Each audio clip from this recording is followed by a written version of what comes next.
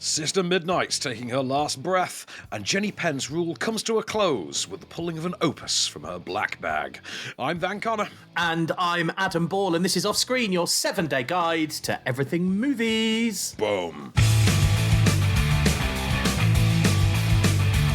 Groovy. Hello, and welcome back to another episode of Off Screen. We have got a load of movies to talk about that Van has already seen. But before we dive into our first one, is there any movie gossip? Is there anything you want to talk about? Anything that you might want to highlight from the week? I mean, it's been quite quiet since the Oscars. I mean, there's this rumor going around this week that Daniel Craig might be in Narnia. Like, that's a thing. Apparently, Daniel Craig has an offer, apparently. Like, this is an official thing. They have an offer out to Daniel Craig that he can have a role in, Barbie director. Greta Gerwig. Barbie director Greta Gerwig. I could not form the word Greta in my head for a second there. Yes, I love the movie Greta. Greta Gerwig's upcoming Narnia movie. Apparently, he's been offered a role. People think he's going to be the magician of The Magician's Nephew. That's the movie she's adapted, and this is the start of her franchise. Apparently, it's coming out in IMAX cinemas for an exclusive run. Then it's going to be on Netflix, and this is going to be the big thing for like Christmas next year. It's like Christmas 2026, and because we all know, obviously, that Christmas 2025 is going to be owned by Avatar and Zootopia 2. I mean, come on, we all know it. But so let them have Narnia for next Christmas. So yeah, interesting things. So Speaking of Daniel Craig, very quickly, because I'm a bit out of touch with all this gossip at the moment, have they announced a new Bond yet? No, because did we talk about the fact they gave up Bond? No. Like, the Broccoli family, who've like had this tight like leash around the Bond franchise since they started making Bond movies, gave creative control of it over to Amazon. And this is the thought now, is that Amazon now are in charge of the Bond. It's the first time ever that someone else has been able to run the Bond franchise. Give or take a Kevin McClory. Just one for my Bond nerds out. But because there's a whole story there. But yeah, so they apparently have gone into just like a profit sharing thing with Amazon, and Amazon are actually going to run the Bond franchise the way they seem fit. Because apparently they just couldn't work together. Like the Broccolis and Amazon just could not work together. And Amazon were pitching TV shows and stuff like that, and Broccoli's like, no, we don't want a streaming show out of Bond. Like, stop. It's James Bond. We do a film every couple of years, nothing else. This could go one or two ways. It could go really downhill that way if Amazon are in control of it, or they could invest the billions that they have and make it some of the best Bond movies ever. So, I mean, it could go either way. Or, I mean, my personal hope is that they just throw... Because one of the big things about directors and Bond movies is a lot of directors turned down James Bond movies because they weren't allowed past a certain amount of control. Like, they certainly weren't allowed final cut. Like, that was the thing. And Christopher Nolan in particular, because he came close to directing, I think it was going to be Spectre, and walked away famously saying that they just wouldn't afford him the creative control he would need to make a Bond movie as he saw fit. Amazon don't have that level of strictness. So there's nothing to stop them now hurling money at Christopher Nolan and getting us the greatest Bond movie ever made, because that's what the man would make. I actually do think they should hand creative control with full director's cut over to different iconic directors for each Bond movie. And if you give them a final cut, like, could you imagine like a Tarantino Bond or a Scorsese Bond? Yeah. Or, an Eli Roth Bond, or, a John Carpenter Bond. Just give the greats their chance and tell them they can do whatever with it. And I think you'd see some absolute gold there. You'd actually make the franchise more interesting as well. And if you want to keep a vague continuity running through it, in the sense that they used to, then go to town, but it's all Easter eggs anyway. It's a bit like that game you used to play when you were a kid, where someone would draw the head, then fold the paper down till you just see the neck, then the next person has to do the body, then you fold the paper down. Yeah. Each Bond film would follow on from each other, but you'd get something very different each time. I really like that idea. We were going to have that with Star Wars. That was what the Star Wars sequel trilogy was going to be, and then they wimped out after The Last Jedi. And we would have had a third movie that would have been equally different, and they just wimped out. So we'll see if Amazon has the grapes to actually follow through on this. My hope is that they do. I mean, personally, I would just chuck money at Michelle Yeoh, Halle Berry, and Ana de Armas, and finally give us the Bond Girls spin-off series that we've... Because I think all of those characters have been threatened with spin-offs at some point. Put them in a streaming series together. Make it like the 355 of James Bond. I'd watch that. Jimmy's Angels. Jimmy's Angels, exactly. So now you're thinking, remember cooking with gas. But yeah, so something very different then for our first film of the week. Yes. But obviously we would talk about the idea of a female-centric Bond spin-off. This is very much a female-centric movie. And what a corker this is. So it's called Sister Midnight. And it is actually a Film 4 funded production. It is the directorial debut of writer-director Karen Kandari.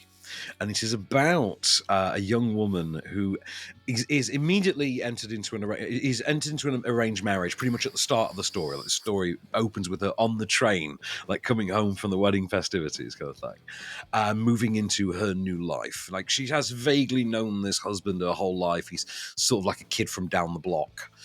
As we're told, they are the two village idiots and their families have basically conspired to marry them off because no one else will have them, as we're told. And this is all done as a really dark kitchen sink kind of a black comedy affair. But it takes a turn. Because our young wife doesn't just pass her days waiting for hubby to get home, unfulfilled with her life. She doesn't really take that line down. No, she goes out and she starts to get a life of her own. She gets a cleaning job, a nighttime cleaning job, for instance, that she has to walk 4 miles for because they live in such abject poverty. She finds herself befriending the local women of the pavement outside her place of work, for instance. And she also starts tapping into a very feral side of herself, is all I'll say, that has, let's just say, some awakening effects for certain primal urges within our lead. Now, we've obviously not got a clip for this because none of it is in English for obvious reasons. Yeah. But good God, right. Do you remember we reviewed a movie a year or so ago called Polite Society that was about the two British Asian sisters, and it was kind of like Scott Pilgrim versus the World, and it used the trappings of the Asian cultural trappings to kind of lull you into a false sense of security, to then pull the rug out from under you and say, "Ha ha, we're going to be Scott Pilgrim now." But it was all a ruse. Now, there's very much a similar kind of thing going on here with that. This is quite close, if it's closest to anything, Night Bitch, quite recently with Amy Adams, where she thought she was turning into a dog. She was the young mum, thought she was turning into a dog. Very similar kind of subtext and tonal and sort of tonal thing going on here. It's done in a similar kind of way, but it uses this really deceptive, very dark, dank imagery to kind of sell you into the kitchen sink of it all, to then allow it to go full John Waters when it wants to. And I think that's a really clever idea and really inventive and shot really well and given such a good energy, both in its pacing, in its editing, in the delivery of its dialogue and its quippy comebacks and things like that.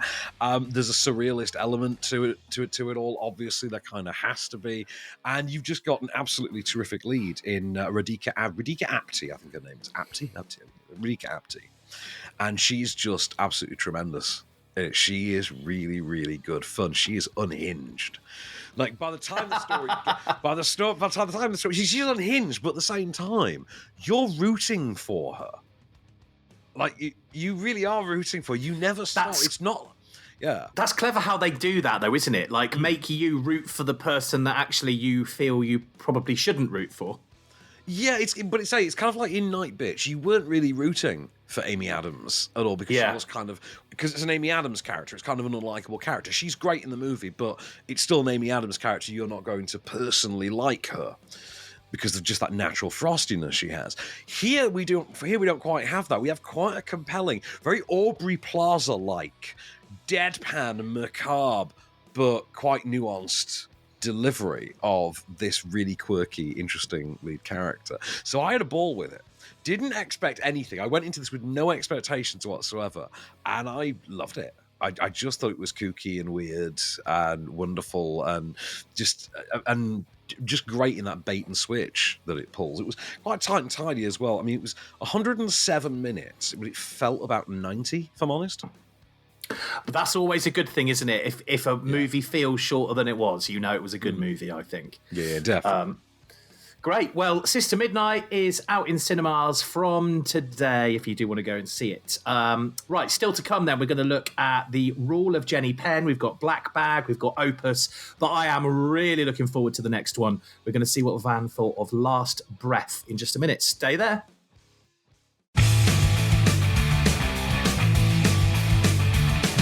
Hello and welcome back to Off Screen then. So we're going to look at the movie Opus, which is out in cinemas from today in a moment. But first, we're going to dive into Last Breath. I am really intrigued about this. You know me, I love a real documentary drama, thriller, and that's exactly what this is. So take it away, Van.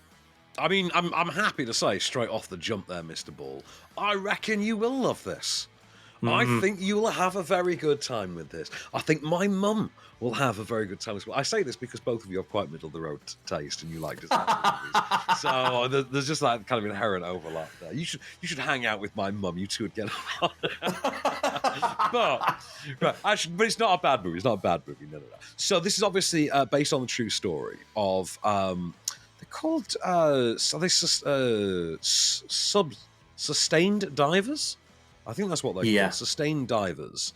They are the guys who basically have to maintain the natural gas pipelines and things like that run under the North Sea, right? Which obviously can be at depths of 1,000 feet. Wow. So that obviously there's obviously a pressurization element in there, and I was unaware of this element of the industry and the job description. So what you get are three teams of guys, three guys, for the purposes of this story, who the minute their ship leaves port go into pressurized containers in the hull of the ship. And they stay there for the entire duration of the journey. The only time they leave is when they go through a special system that is also pressurized the same way to a diving bell that then lowers them to the depth they are pressurized to then work on said pipelines. They have an umbilical cord that connects them to the ship, and one day during a particularly nasty storm, the automated system that was supposedly keeping the ship balanced and in position through the weather and the difficult conditions went offline. The ship veered off course, and the umbilical attaching one of its divers, one of its workers to of course it did, was snapped, and he was left down there with only a backup tank of 10 minutes of air to sustain him. And this was the story. It was about how they got the ship back online, about the two remaining divers in the bell and their attempts to get back to and rescue possibly their friend, but more than likely his corpse to return home. So have a listen. This is Last Breath. Dive control. Diver 2 is on bailouts. How much gas does he have left? 10 minutes.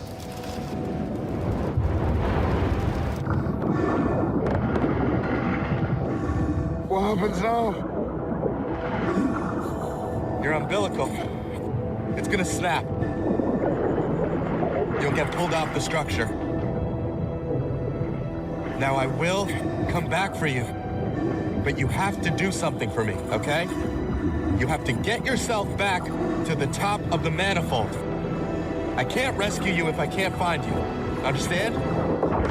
Oh, see, I already know I'm going to love this movie, and I already know I'm going to have no nails left by the end of it. Yeah, it's very much... I mean, it's a dad movie. That's what it is. It's a dad movie. It's one of those movies that you know you're going to love if you like the movies Only the Brave or Deepwater Horizon or Hacksaw Ridge or movies like that really have that should be shown on great movies, kind of... Armageddon. Kind of fashion.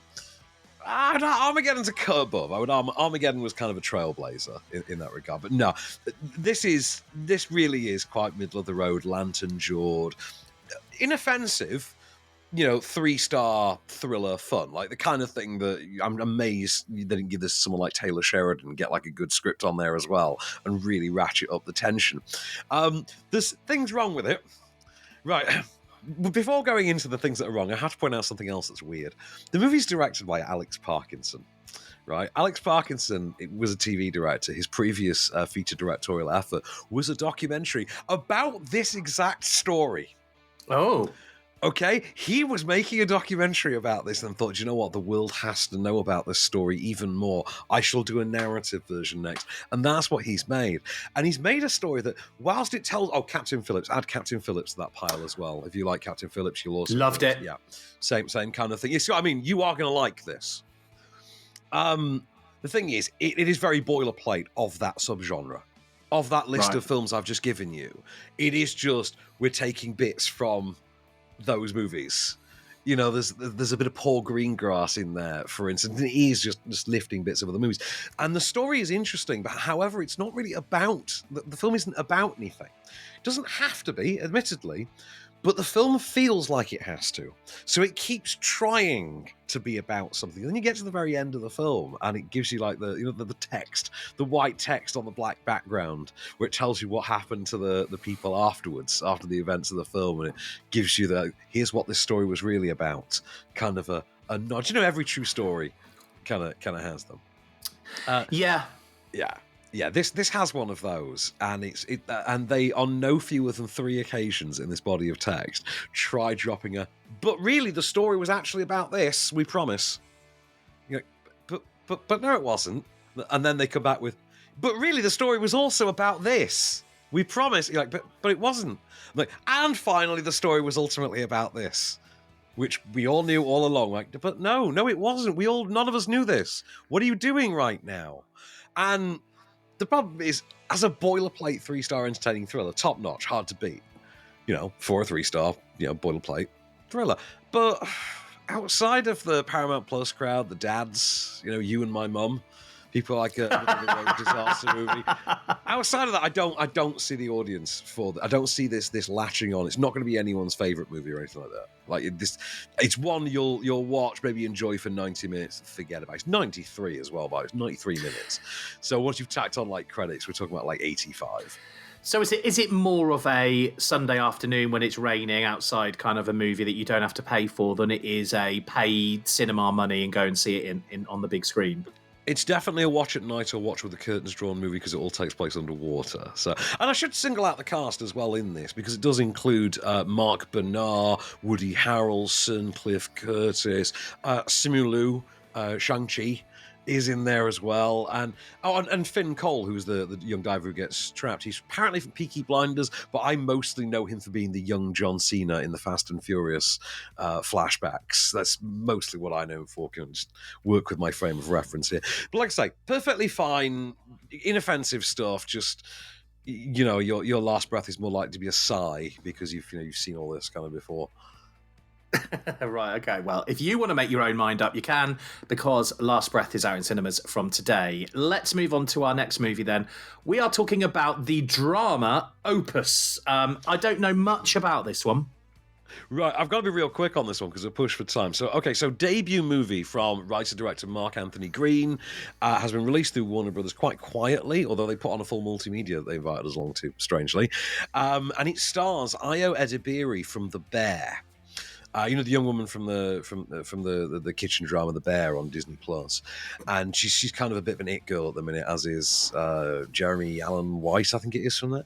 And so it stars her and John Malkovich. She is a young sort of jobbing journo, Gen Z jobbing journo type. Put upon assistant kind of type in the journalism trade, or sort of a BuzzFeed adjacent bit of it, who is chosen Willy Wonka golden ticket style, it seems, to attend a exclusive listening party for a new album by a reclusive 80s pop star, hasn't been seen in 3 decades, pop star named Moretti, who's played by John Malkovich, invites certain elite members of the press, including our lead, for reasons that neither she nor we understand, along to his compound, his remote compound, which starts to resemble a cult very, very quickly, for a listen of this album over the course of a week. However, no sooner have they all arrived at this would-be Willy Wonka's chocolate factory than it seems quite cultish, really, as I said. So you can imagine you're not going to have to blink twice on this one. Have a listen. There's a rumor flying around that Moretti's back. Like, Moretti? After 30 years outside the public eye, pop icon Moretti returns for an exclusive listening experience. He's bringing you a gift. This is for Ariel Ecton. It'll be an absolute honor to spend this weekend with you. Thank you. Yeah, namaste.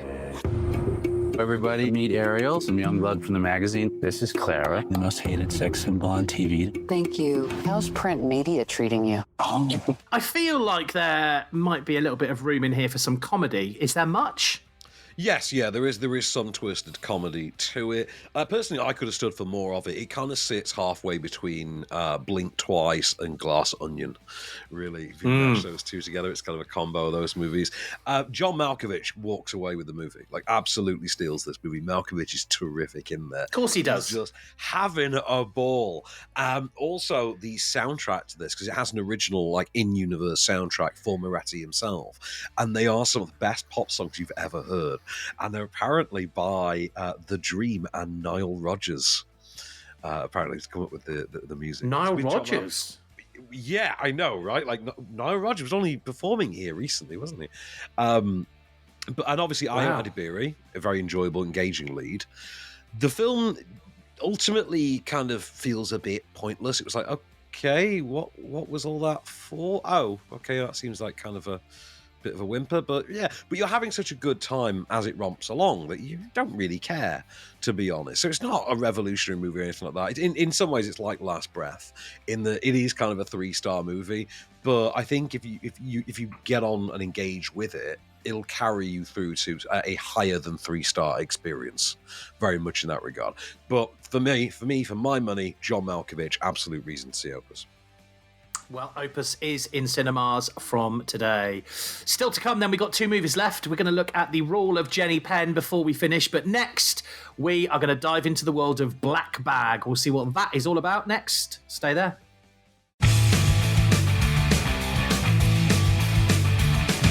Hello and welcome back to your penultimate block in today's off-screen.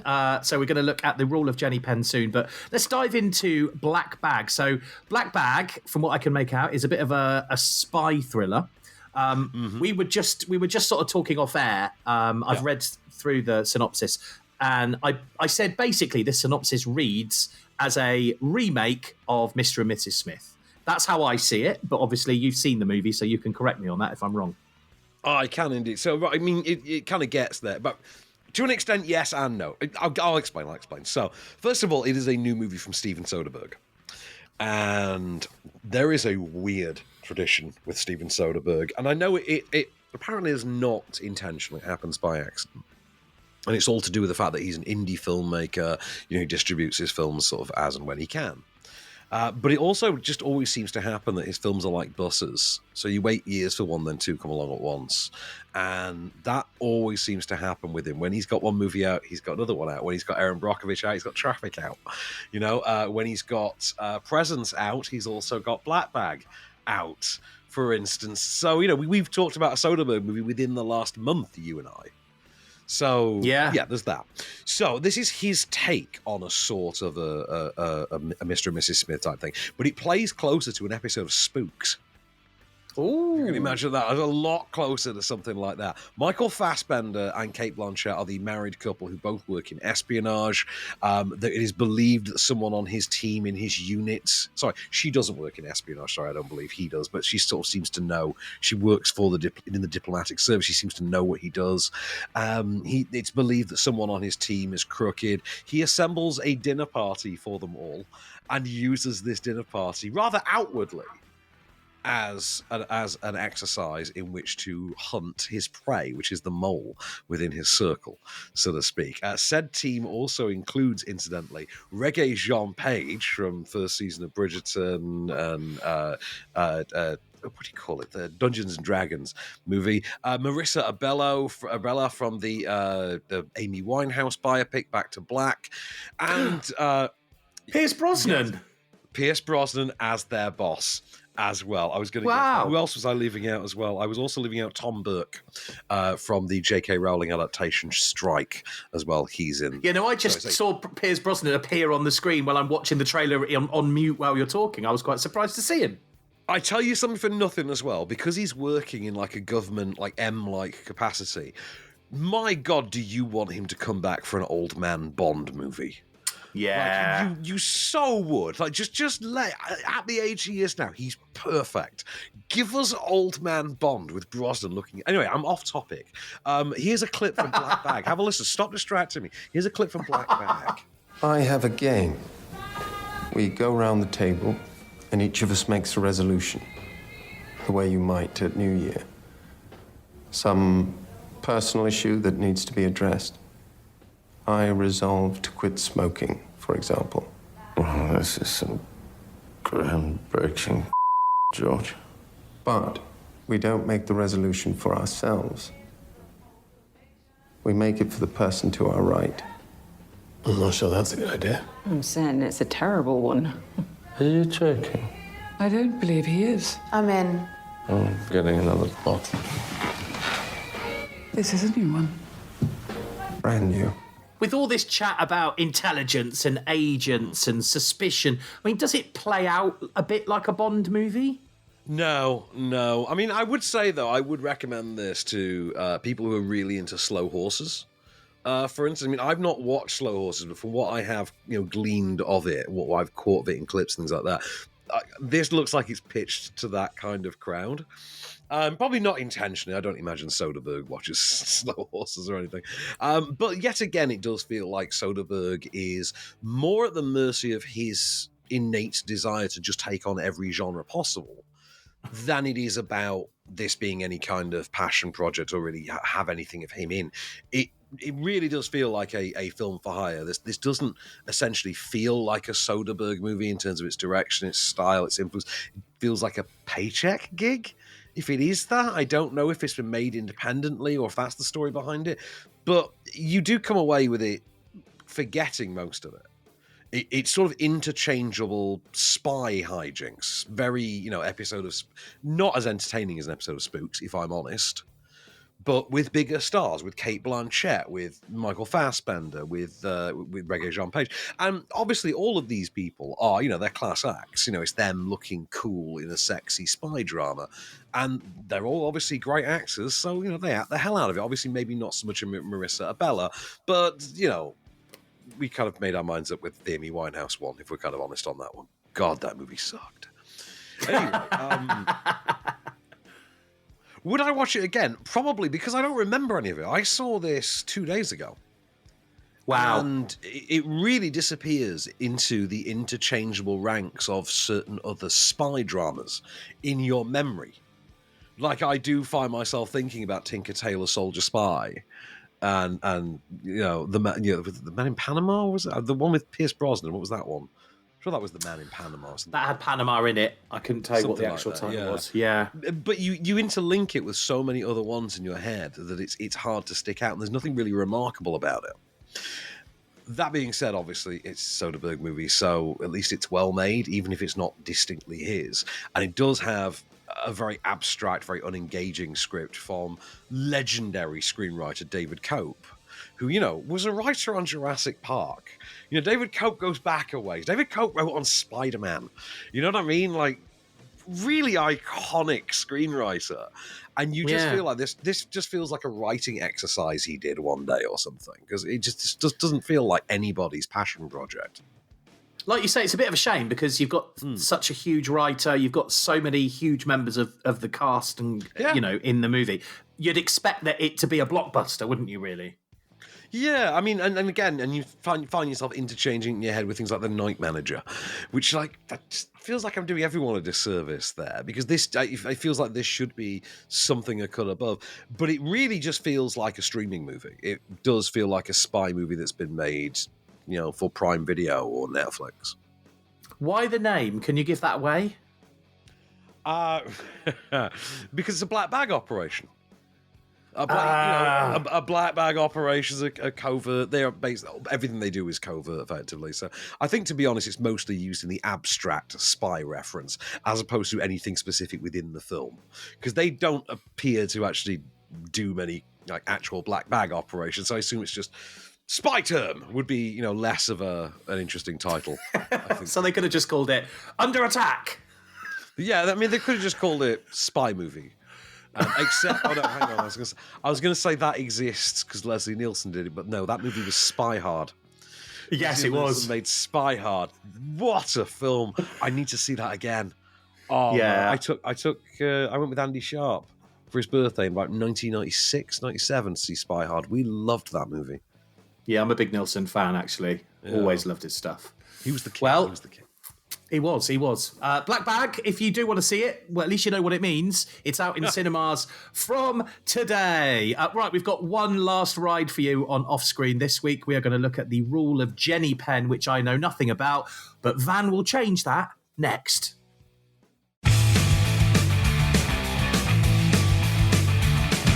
Hello and welcome back for one last ride on Offscreen this week. So we are going to dive straight into our final movie, which is The Rule of Jenny Penn. So a psychological horror is all I know about this. That would be, that's putting it mildly. Yeah, this is twisted. This is dark. This one, right? I'm going to warn you in advance. Right. So, based on the short story of the same name by New Zealand writer Owen Marshall, who I believe cameos somewhere in the film. I think I read somewhere that he actually does cameo in the film. This stars Geoffrey Rush and John Lithgow, and it has a very Stephen King feel about it. I was just seeing the trailer's very Stephen King, isn't it? Blimey. If I didn't know it was Owen Wilson or Owen Marshall.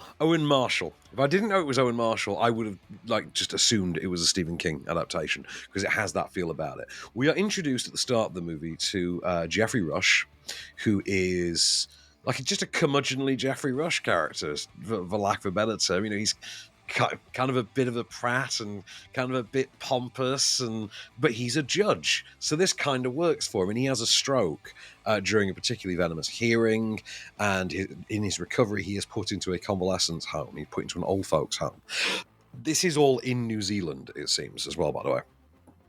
In this home, whilst he's recovering, his fellow residents include his closest friend, really, who is a sort of retired past his prime famous rugby coach, who he sort of befriends and teams up with along the way, because they find themselves the target of a third resident, played by John Lithgow, who has a puppet on his arm called Jenny Penn.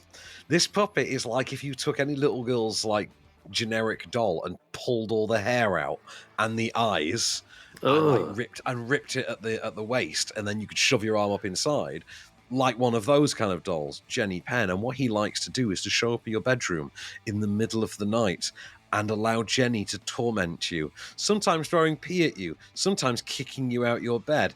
Basically put, it's a Stephen King-like movie about elder on elder abuse, with John Lithgow as the absolute snarling psychopathic villain of it all.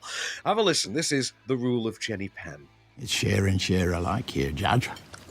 Communism always has the greatest attraction for those with the least. I will admit to being a somewhat prideful man. Nonetheless, I have considered the potential benefits of debasing myself and flattering you, stroking your ego with a compliment or two. Sadly, none come to mind. You do really seem entirely absent of any positive attributes. The human equivalent of a dried-up husk of dog excrement.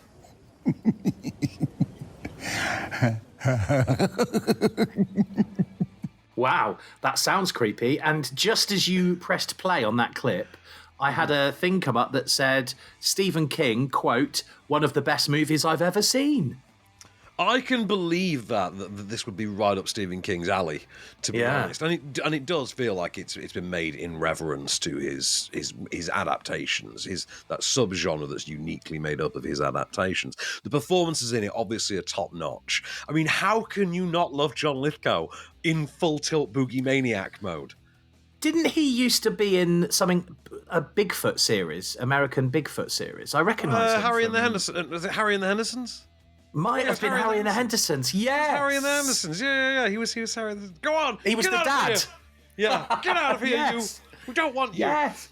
God, that's. I remember now. I always remember their big long estate car they had with the wooden effect panels down the side. The wood side paneling. Yeah, that was a staple of every American suburban family for like 20 years, in the 70s and the 80s, I think. Yeah, yeah. But yes, that is John Lithgow, known, of course, to loads of people now for being the Trinity Killer in Dexter, for being Dick Solomon in Third Rock from the Sun, for being the guy who saw something on the wing in the Twilight Zone in the movie. I think it was the movie version of that. Like, he is iconic, and he always plays a good villain, always has. And this is him kind of getting to delve back into that. Even with the accent, like, the man is chameleonic with accents, because he's played Churchill, for instance, in The Crown. I think it was in The Crown he played Churchill. The man can do accents. He's playing Dumbledore in the Harry Potter TV show, apparently. And apparently he's going to do it with an accent, so... make of it what you will. Legend. Jeffrey Rush as well. I always like Jeffrey Rush in any movie. And this role, like, was kind of tailor-made for Jeffrey Rush because it's very curmudgeonly, it's very crabby, it's very gravelly. You heard him in the clip. I admit to being a somewhat pompous man. Like, it fits him to a T, and he absolutely excels in it. And when he's called upon to actually sell his character's fear, like, he kills you with it. Because you really buy into how far his tendrils are dug into the role, that when he has to tip over into actual fear, it's heartbreaking to watch. Like, watching the subject matter played out in the way it is actually quite chilling. It just said utterly demented was another quote. So, yeah, it all fits. Yeah, there is that. I mean, it's worth noting as well. I mean, it's obviously, you could have made this in any country of the world. It is everyone in it is very distinctly from New Zealand. To demonstrate John Lithgow's character's racism, for instance, he notably picks on Maori people, which is obviously a distinctly, New Zealand trait. So it does place it quite there. But you could just as easily, you could see, for instance, a British remake of this. So you could imagine America. You could make this story in any country in the world, and it kind of plays. But it works very well with this distinctly New Zealand setting, and John Lithgow's weird thing about the Maoris. But also Jenny Penn herself is a wonderfully creepy creation. Like, she is, like we had the monkey last month. Like, I feel like we've had two really good horror creations back to in relatively short succession. Do they use any comedy in this, or is it strictly psychological thriller? There is some dark comedy to it. Like, given the subject matter of it, there kind of has to be occasionally here and there. There are the occasional weird laughs. Yeah, definitely. Well, if you want to watch it, you can, because it is out in cinemas right now. Just look for The Rule of Jenny Penn. Some really quite cracking movies this week, but which one's going to be your movie of the week, Van? I actually couldn't call it today. I think, to be honest, I'm going to give it to Sister Midnight. Oh, no, sorry, Rule of Jenny Penn. Rule of Jenny Penn. Yeah, that gets it this week for me. Absolutely. There you go. Okay, so coming up next week, what have we... Well, we've already spoken about one of them for next week that we are looking forward to talking about. Well, yeah, we spoke off mic about that. We'll have to recover some of that ground. But first up next week, a movie I've been looking forward to watching for a long time, and it's got Fred Durst in it, of all people. It's called Y2K, and it's apparently like a surrealistic, like, sci-fi comedy type thing set on New Year's Eve 1999. As a retro throwback apocalypse kind of this is the end type thing. But again, Fred Durst is in it, apparently. We've also got Flow next week, which is the movie that won Best Animated Feature at the Oscars. The one that it's a silent movie about animals in the forest who have to band together to survive a flood, I believe. And it's completely wordless, and it's been made really cheaply on the software Blender, the visual effects software. So the whole thing is that this is an inspirational story that anybody could make this kind of movie kind of thing. But there's that to come next week. There's The Alto Night next week, which is a really strange one, this one. It's written and directed by Barry Levinson. Rain Man Barry Levinson. And it, for some reason that makes absolutely no sense, stars Robert De Niro as not one but two different characters. They're not related or anything like that. Just has him as two characters. But cheap. I mean, sure, okay. And last but by no means least, and we spoke about this off mic, next week sees the release of And I don't know anyone that's excited about this. Disney's Snow White, the live-action Snow White adaptation. Yeah. I don't know about you, but I have the I share a Disney Plus account with my mom. I think she gets it through a phone or something. But it's on an ad tier where you get an ad every half an hour. And I've sat through an unskippable ad for Snow White so many times. I am sick to death of the Snow White. just get it out and see it, for goodness sake. I feel like you must about that duck movie. What was the Migration? Migration. I feel like you must feel about Migration. Like I never want to see this again taken away. Yeah, but you've got to watch the whole film. But I've got to watch the whole film. Do you know what? I will take it as long as I'm not watching that bloody trailer again. Maybe once you've seen it, it will know and it will stop playing you the trailer. We can see, but I'm quite intrigued. Will it make Gal Gadot less problematic? Is my issue with that? But yeah, or a better actress. I'll take either. Well, we will find out next week because you would have seen it by then. So I'm intrigued the most out of all of those to see what Disney's Snow White's going to be like. But we will find out because that is, of course, all we have time for on Off Screen this time round. We will be back next week. Until then, I've been Adam Ball. I've been Van Connor, and we shall return.